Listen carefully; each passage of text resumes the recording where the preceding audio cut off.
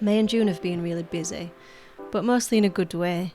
I feel grateful to have spent so much time with my boys.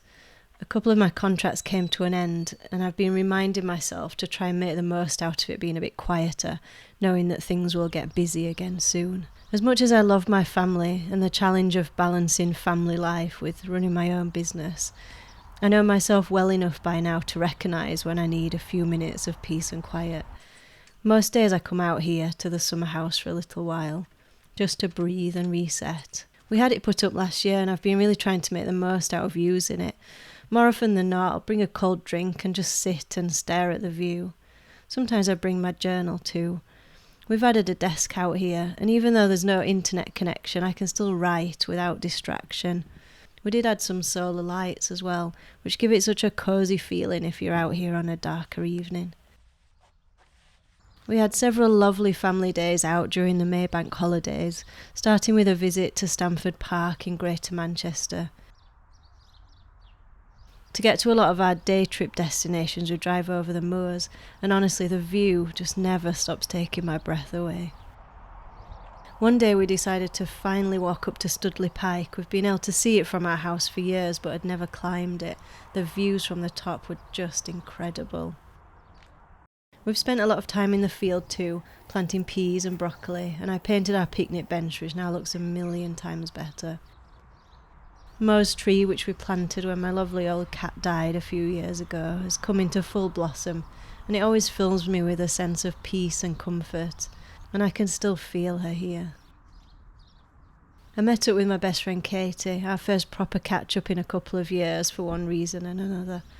I've been trying to make more effort to reconnect with friends lately, and I'm so glad that we got that chance to catch up. I've also been spending more time with my mum, which has felt really special and important.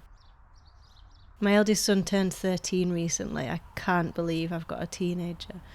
But he celebrated with an indoor skydiving experience with his friends, and then we took a trip to see the Minecraft movie, which we all absolutely loved.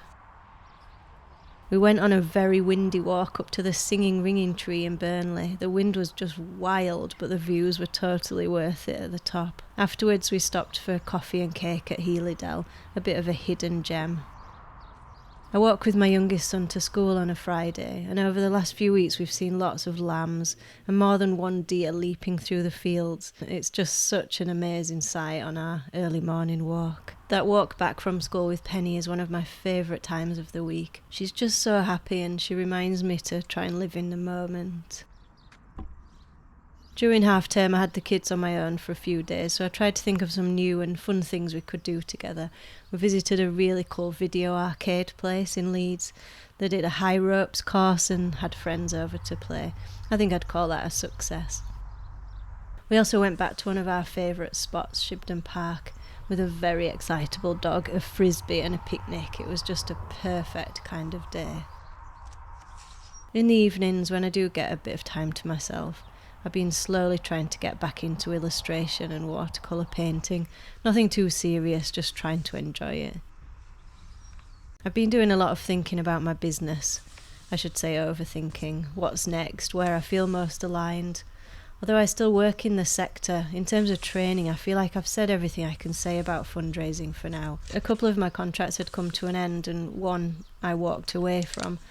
And while I'm really proud of myself for sticking to my values, I won't lie, it's hard when that doesn't always pay the bills.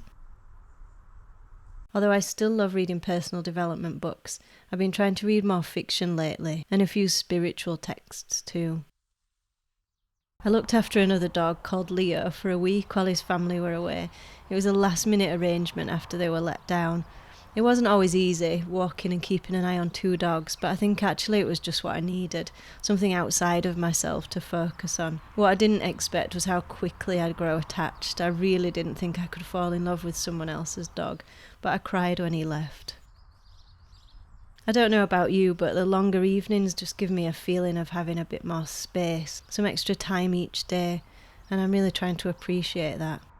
Quiet evenings out here in the summer house, more time with family and friends, and space to reflect on what comes next in my work.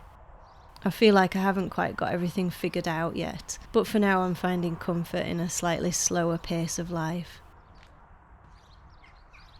Thank you for spending a bit of time here, and I hope you're finding your own quiet spaces too.